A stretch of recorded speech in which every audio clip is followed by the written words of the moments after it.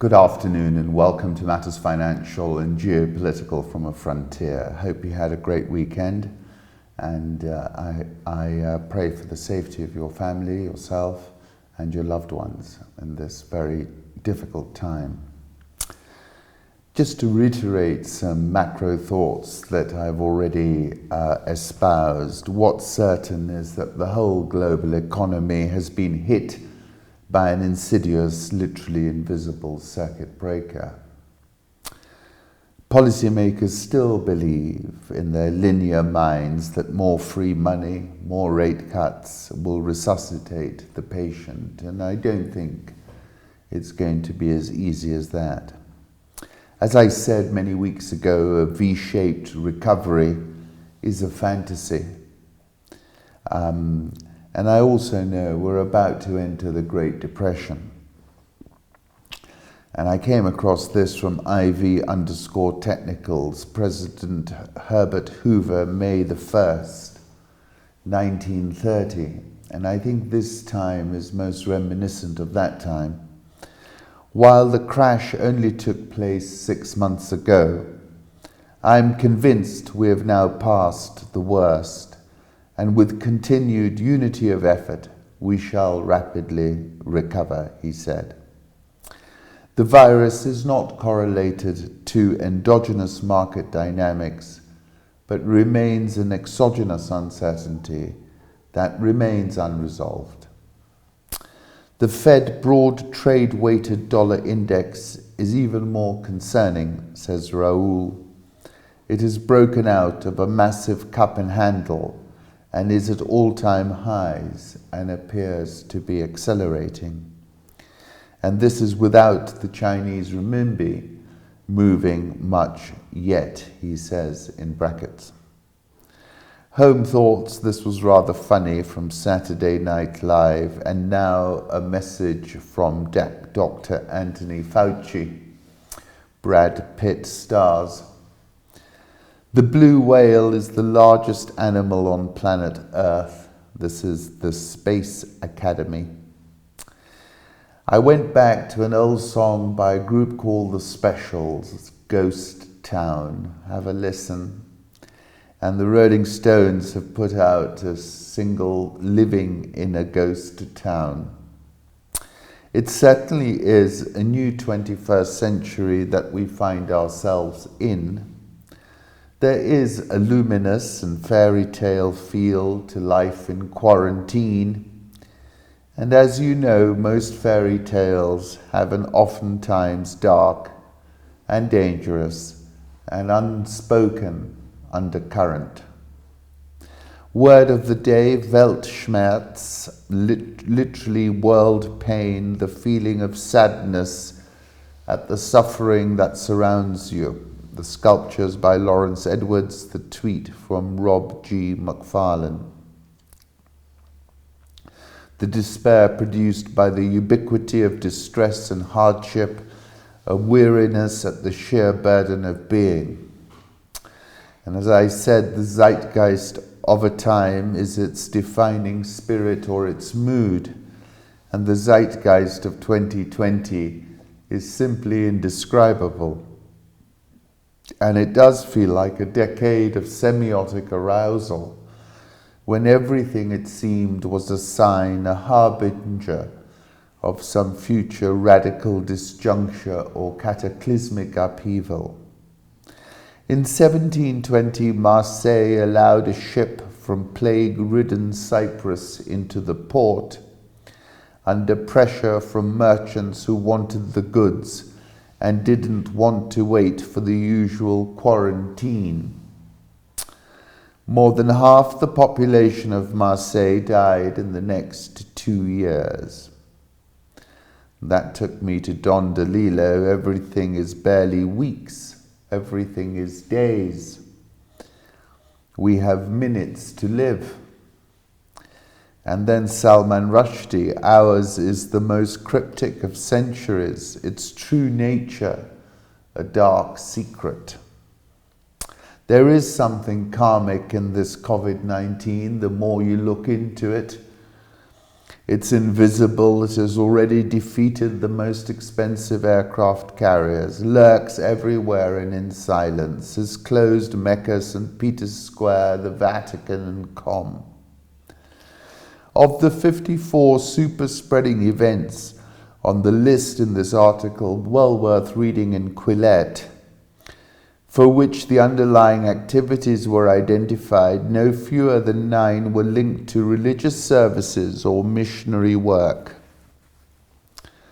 This tiger is a beauty. I photographed it in the Bijrani zone of the park in 2009, Jayant Sharma. I discovered the Korean Central TV live stream, and I must admit it's strangely hypnotic and addictive. That link is on Rich Wrap-Ups if you fancy having a taste. Now, we don't know exactly whether Kim Jong-un has passed away or not. FX Hedges was tweeting that on the 22nd of April he passed away. Chinese specialist team led by Song Tao with 50 people arrived 8 minutes too late. Kim Yo-jong will become the leader of North Korea and serve as female regent. This story, I reiterate, has not been confirmed because, of course, extracting information from the Hermit Kingdom is not that easy. That posting was on Chinese social media, apparently posted by the doctor. As I said, the sister is obviously the successor. In February 2018, I was saying Kim Jong-un unleashed his secret weapon on the world, that secret weapon being his sister. Kim Jong-il, the father, began his career as head of the state's propaganda and agitation department, and Kim Yo-jong held the same role. The opening shot of Kim Jong-un surrounded by a phalanx of North Korean officials, later replayed as Chairman Kim sat in his presidential vehicle surrounded by his ninja bodyguards, was almost as good as the opening sequence in P.T. Anderson's Boogie Nights, and speaks to the quality of their propaganda-making capability, obviously from the father. It is Kim Yo-jong who is being widely tipped to seize power in the Hermit Kingdom. And then I like this from Scott Burke. It would be hilarious if you just went, phew, there are going to be some changes around here, and turned North Korea into an anarcho-bohemian techno-rave state. Post-pandemic global party in new free North Korea. He got a little bit carried away, as we all do in this new age of quarantine. 30th of April, I was referencing what Kim had written, a new history starts now, an age of peace from the starting point of history. I was talking about the Hollywood optics of that opening shot I just spoke about with the phalanx of North Korean officials. And I said this was cinema of the highest level, which is no surprise when you consider that Kim Jong-il, the father, was obsessed with cinema and amassed arguably the world's largest personal film collection, over 20,000 bootlegged 35mm screening copies. Kim Jong-il also, of course, had a penchant for Hennessy parody cognac, and for 2 years in the mid-1990s, he was the world's largest buyer of Hennessy parody cognac, importing up to $800,000 of the stuff a year. Kim Jong-il began his career as the head of the state's propaganda and agitation department, and it's clear that Kim Jong-un's sister, Kim Yo-jong, who holds the same role and evidently handles all the optics, is a chip off the old block. And I was saying that Friday was tip-top geopolitical optics. 29th of November 2010, I was also writing about the Hermit Kingdom, and I said, far away in distant lands, lies the hermit kingdom. They've all had tiny little hands like the elves and the shoemaker. And then A.A. Olomi says, elves are traditionally described in mythology, share a lot of commonality with the jinn. There have been some who see them as related, parallel worlds, social structure, connection with magic and mischief, etc. There are differences, of course, he says, but the parallels are striking. I've been wondering whether the COVID-19 is itself a jinn. What if COVID-19 isn't our biggest threat? A very interesting article in The Guardian. As a species, we're pretty good at learning from recent experience. It's what's known as the availability heuristic, the tendency to estimate the likelihood of an event based on our ability to recall examples. Even when experts estimate a significant probability for an unprecedented event, he writes, we have great difficulty believing it until we see it. For a while now, a pandemic has been one of the two most prominent catastrophic threats in the government's risk register. The other is a massive cyber attack. The other, only slightly less troubling, is something that leads to an irrevocable collapse of civilization, reducing surviving humanity to a prehistoric state of existence. An Australian based at Oxford's Future of Humanity Institute, ORD, is one of a tiny number of academics working in the field of existential risk assessment. It's a discipline that takes in everything from stellar explosions right down to rogue microbes, from supervolcanoes to artificial superintelligence. For example, the probability of a supernova causing a catastrophe on Earth he estimates to be less than 1 in 50 million. Most of the time, the general public, governments and other academics are largely content to neglect most of these risks. Few of us, after all, enjoy contemplating the apocalypse.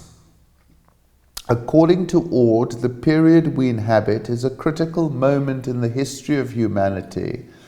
Not only are there the potentially disastrous effects of global heating, but in the nuclear age we also possess the power to destroy ourselves in a flash, or at least leave the question of civilization's survival in the balance.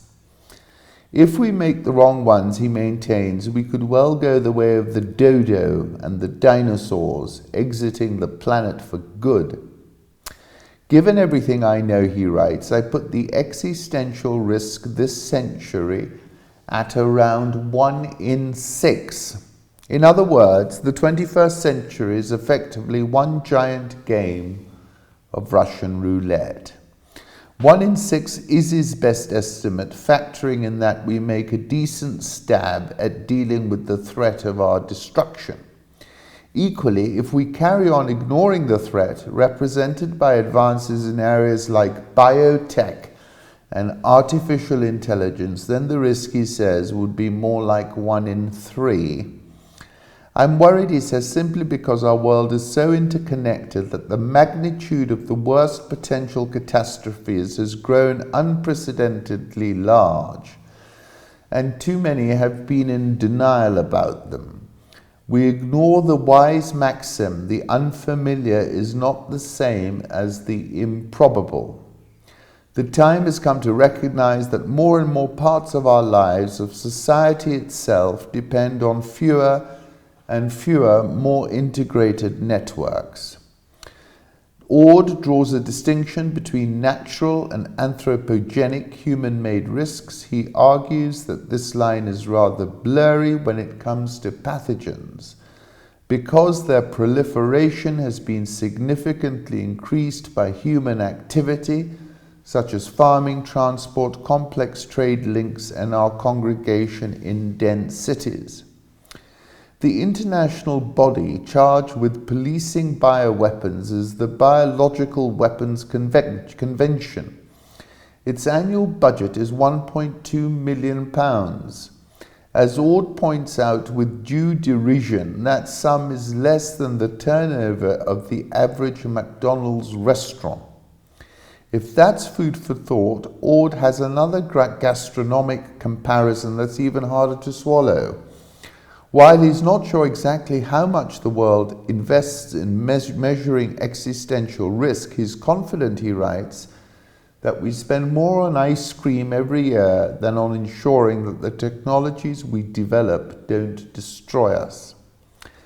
At the moment, we hugely undervalue the future, and we have little moral grasp of how our actions may affect the thousands of generations that could, or alternatively might not, come after us. Philosopher John Gray recently declared that it spelt the end of hyperglobalization and the reassertion of the importance of the nation state. Contrary to the progressive mantra Gray wrote in an essay, global problems do not always have global solutions.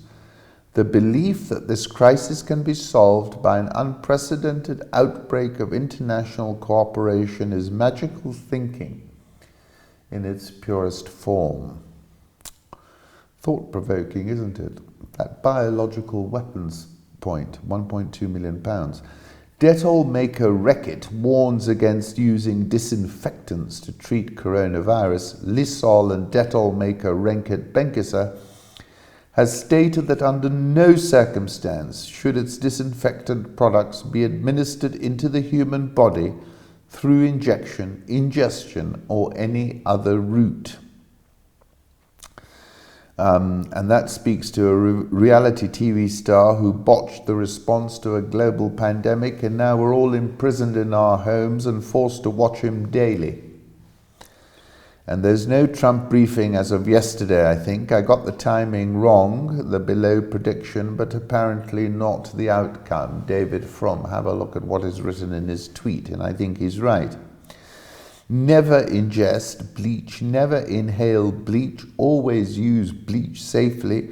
When disinfecting, always follow on-pack instructions, Domestos UK.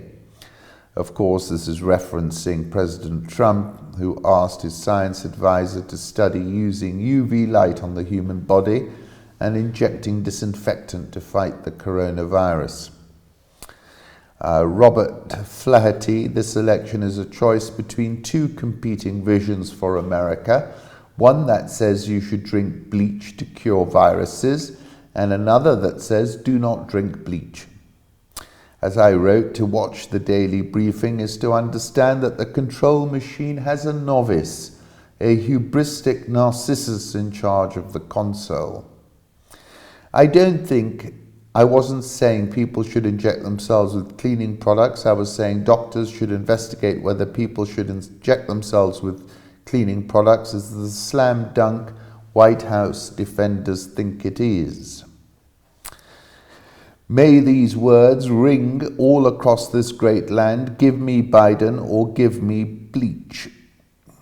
And the viral moment has indeed arrived. 1st of March, when I was looking into the origin of the COVID-19 virus, I was quoting Don DeLillo, there's always more to it. This is what history consists of. It is the sum total of the things they aren't telling us. And then I came across a fabulous article on Medium, lab-made SARS-CoV-2 genealogy through the lens of gain-of-function research. It's very in-depth, and I can't possibly go through it all today, but I strongly urge you to read it. If you hear anyone claim that we know the virus didn't come from a lab, don't buy it. It may well have. Labs around the world have been creating synthetic viruses like COVID-2 for years. It's an obvious chimera, though not necessarily a lab-made one, which is based on the ancestral bat strain RATG13, in which the receptor binding motif RBM in its spike protein is replaced by the RBM from a pangolin strain And in addition, a small but very special stretch of 4 amino acids is inserted, which creates a furin cleavage site that, as virologists have previously established, significantly expands the repertoire of the virus in terms of whose cells it can penetrate. Most likely it was thanks to this new furin site that the new mutant managed to jump species from its original host to humans. Then he references this leader of coronavirus research at the Wuhan Institute of Virology, Shi Zhengli, having done many similar things in the past, both replacing the RBM in one type of virus by an RBM from another, or adding a new furin site that can provide a species-specific coronavirus with an ability to start using the same receptor, e.g. ACE2 in other species. In 2017, when they created a whole of 8 new chimeric coronaviruses with various RBMs. In 2019, such work was in full swing, as WIV was part of a $3.7 million NIH grant titled Understanding the Risk of Bat Coronavirus Emergence. Under its auspices, Shi Zhengli co-authored a 2019 paper that called for continued research into synthetic viruses and testing them in vitro and in vivo. It's extremely detailed and it's well worth listening. Talking about spike proteins, or those red things sticking out of a virus particle, the very reason for which these viruses got crowned. The spike protein also determines which animals the virus can or cannot infect, as ACE2 receptors in different species can differ in structure. At the same time, out of the entire 30 kilobase genome, quite huge by viral standards, the gene of this protein makes up only 12 to 13%. So the spike protein is only about 1,300 amino acids long. S protein consists of 2 subunits, S1 and S2. It is S1 that interacts with the ACE2 receptor, and the place where S1 does so is called the receptor binding domain, while the area of direct contact, the holy of holies, is called the receptor binding motif. Then referencing this RATG13, which in fact outside of her lab no one knew about that strain until January 2020. And there's a lot of detail well worth going into the whole peculiar strain of pangolin coronavirus in their possession, which, while generally being 90% similar to CoV2 in the RBM region, was almost identical to it with only a single amino acid difference. It is impossible to ignore the introduction of a PRRA insert between S1 and S2. It sticks out like a splinter.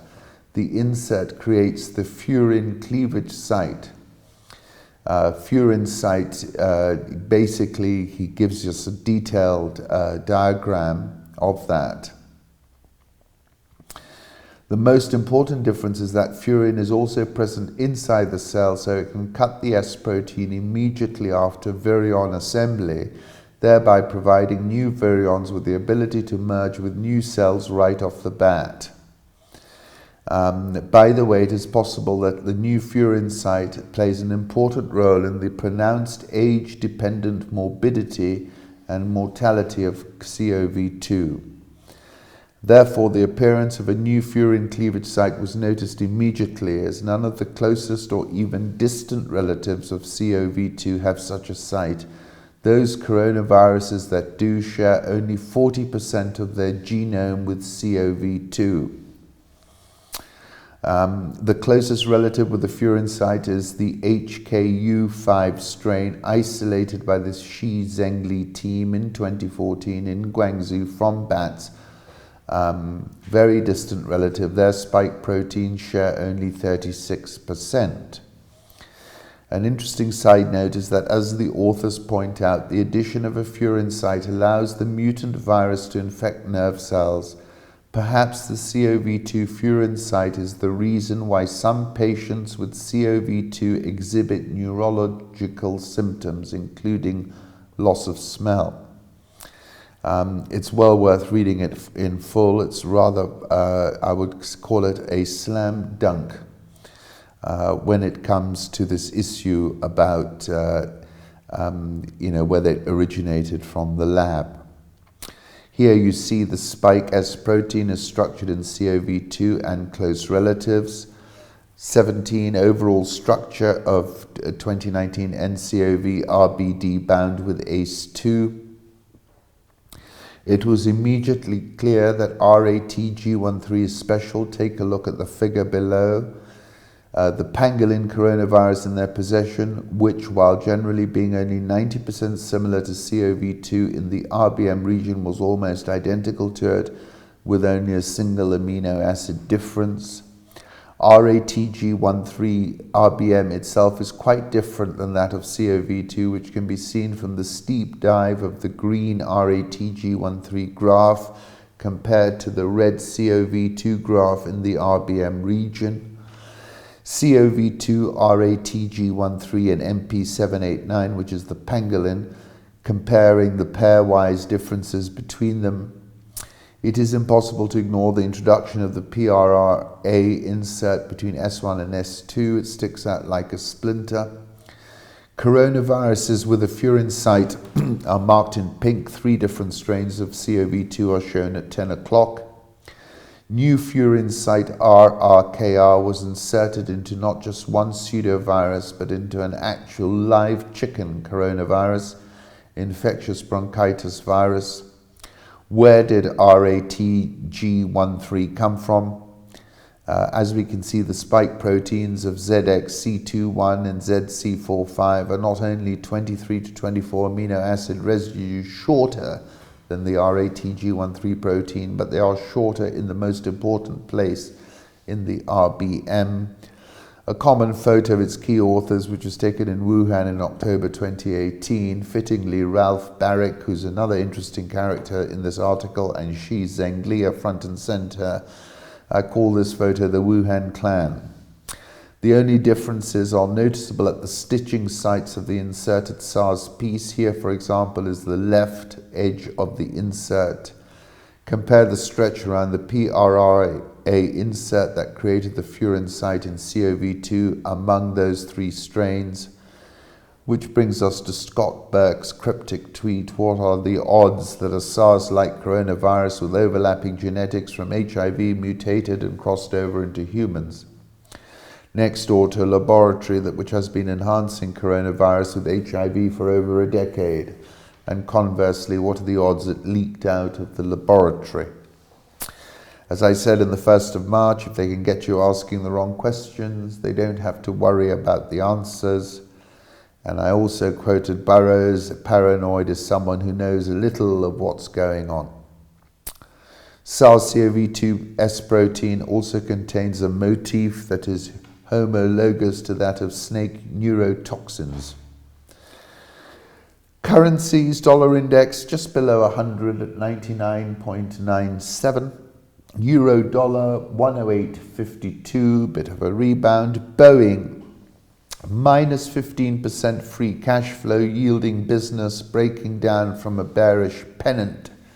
Tavi Costa: the government better come out with another bazooka, otherwise game over. And Boeing is, of course, like crude oil, correlated to the fact that a return to a hyper-connected world is not going to happen for the foreseeable future. Hertz, another correlating asset, could deplete cash this quarter, Moody's says in downgrade. Hertz probably needs relief from lenders, which may include asset-backed security creditors who fund its rental car fleet, according to Moody's, which dropped its rating to Caa3 from B3. Air travel falling more than 90% and likely to remain depressed through 2020. Hertz's earnings and cash flow will suffer, and the company has too many cars in its fleet. As I said, given the move from a hyper-connected world to a world of quarantine, Hertz, Boeing, crude oil are all in the line of fire. And the change in the system is what gold is picking up, amongst other things, says Raoul. All attempts to create more money to solve the dollar standard issue tends to devalue all fiat versus gold. Gold is rallying on debt deflation probabilities, currently at 17.19. Who says you can't value gold? Money printing only supports asset bubbles for so long. Ultimately, QE drives flows out of overvalued stocks and credit and into the precious metals. It's still early in the game. Today, the streets of Venezuela are covered with cash. This is what happens when hyperinflation destroys the value of money. It becomes worthless. Scott Burke's The Print Shop, 24th of February, I said the viral moment has arrived. At this point, I would venture gold is correlated to the coronavirus, which is set to turn parabolic and is already non-linear and exponential. 22nd of March, I reiterated that call. I still believe gold will soon turn viral to the upside. I'm looking for $2,000 plus. The oil market is broken, says Daniel Lacalle. As I said previously, we're now entering the twilight zone for a lot of oil producers. Regime implosion, I said on the 6th of April, is coming to the oil producers. A return to a hyper-connected 100 million barrels per day world is not going to happen for the foreseeable future. Oil in storage rises to a record 3.2 billion barrels. That was via Chigel. It's higher now. And the price of crude oil remains perfectly correlated to the COVID-19 sudden hard stop. Of course, Shah of Shahs, oil kindles extraordinary emotions and hopes, since oil is above all a great temptation. It is the temptation of ease, wealth, strength, fortune, power. It is a filthy, foul-smelling liquid that squirts obligingly up into the air and falls back to earth as a rustling shower of money. Emerging markets, new lows for emerging market currencies, with the Brazilian real being decimated, blood in the streets, not even close, as Tavi Costa. 6th of April, I said we're watching the great decoupling unfold in front of our eyes, from Brazil to South Africa to India. 20 years of good times are now ended. This year alone has been a bloodbath of currencies versus the dollar. That's from Raoul. 6 countries have reached phase 3, in which the resulting disease starts to surface more widely. Algeria, Ethiopia, Senegal, South Africa, Tunisia, and Uganda. I'm not sure about these countries, but this is what DW News is saying. In most of those, the epidemic was at what the center calls phase 2, in which the virus is being transmitted from person to person in the country, but those infections can be attributed to contact with a specific person, such as a colleague who caught the virus abroad. 6 countries have reached phase 3, in which the resulting disease starts to surface more widely: Algeria, Ethiopia, Senegal, South Africa, Tunisia, and Uganda. So far in Africa, we've had 325 tests per million inhabitants, compared to a rate of 12,000 tests per million in Italy. I was writing previously and I said Africa is simply too dreadful to contemplate, and that we are weeks away now from collapsing healthcare systems and blow-ups in our urban centres. And already I'm getting information, which I'm not going to specify, about collapsing healthcare systems in certain countries. 2nd of March, I was writing about the coronavirus, and I was quoting epsilon theory. We know that the coronavirus is exponential, non-linear, and multiplicative. What exponential disease propagation looks like in the real world: nothing, nothing, nothing, then cluster, cluster, cluster, then boom. We're seeing significant clusters now. That GlaxoSmithKline factory, 90 people infected, Zanzibar, Djibouti, and these are places. Kano State in Nigeria. This is that breakout moment just before the boom. Zanzibar has conducted 311 tests and 98 were confirmed positive. That's an extremely 32% rate, and it suggests they need to do a lot more testing. Jeffrey York. Coronavirus surges in Djibouti as population ignores measures. Population of around 1 million has conducted more than 11,000 tests, a similar number to neighboring Ethiopia, which has more than 100 million people. More alarming than the figure itself is the runaway rate of multiplication. In just 2 weeks, Djibouti has recorded a 7-fold increase in cases. And that's what we're going to see now across the African continent.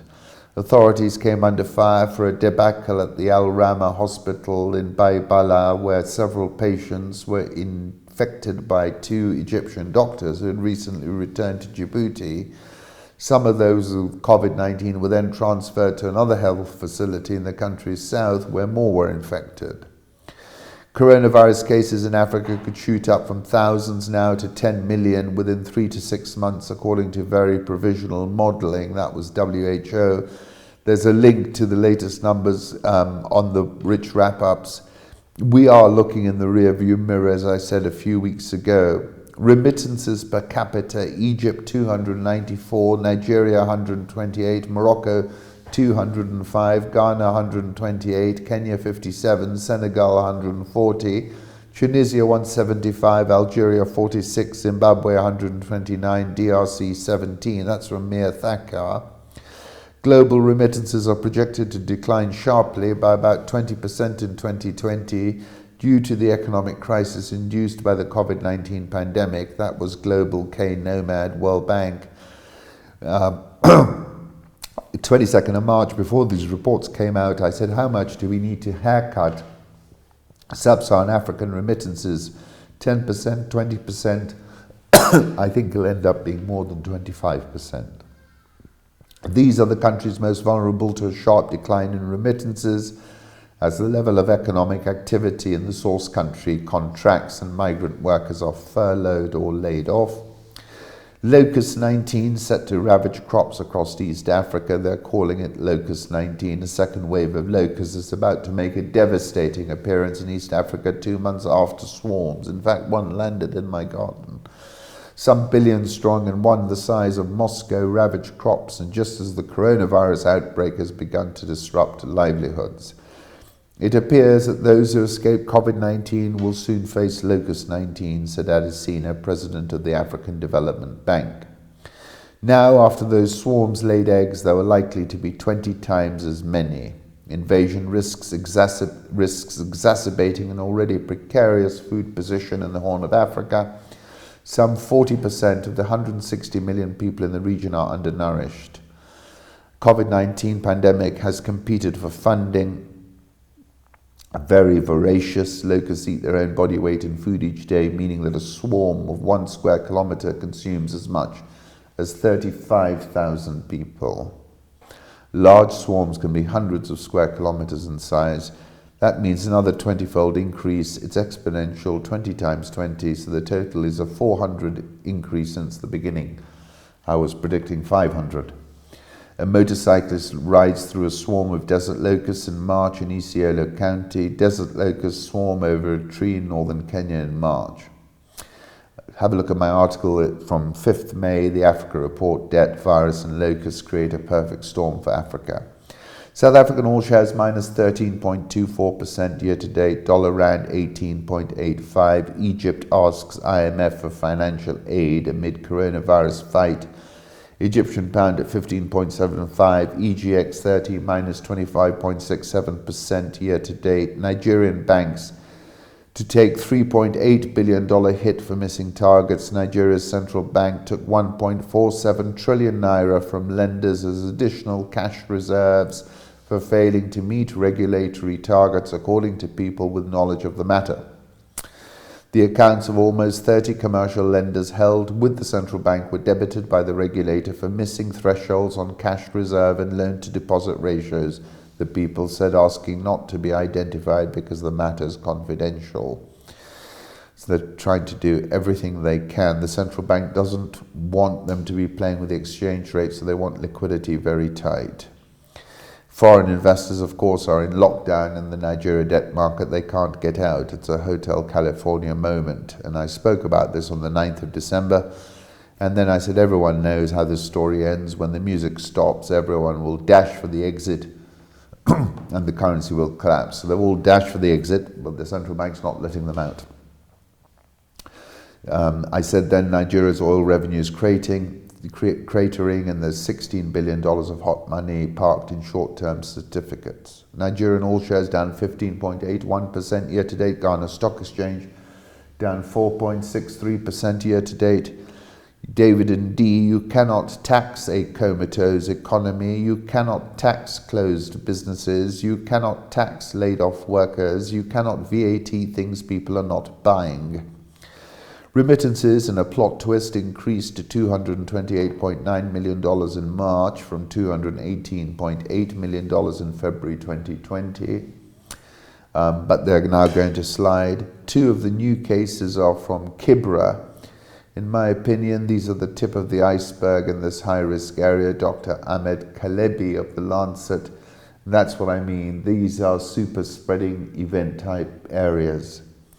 On that oil question, Kenya's storage capacity of 645 million litres lasting 40 days and consumes 5.92 billion litres a year. Surabaya, daily petroleum consumption has dropped by 34% since January. The shilling is at 107, the Nairobi All Share is down 18.41% year to date, and the NSE20 is down 25.86% year to date. Thank you for listening.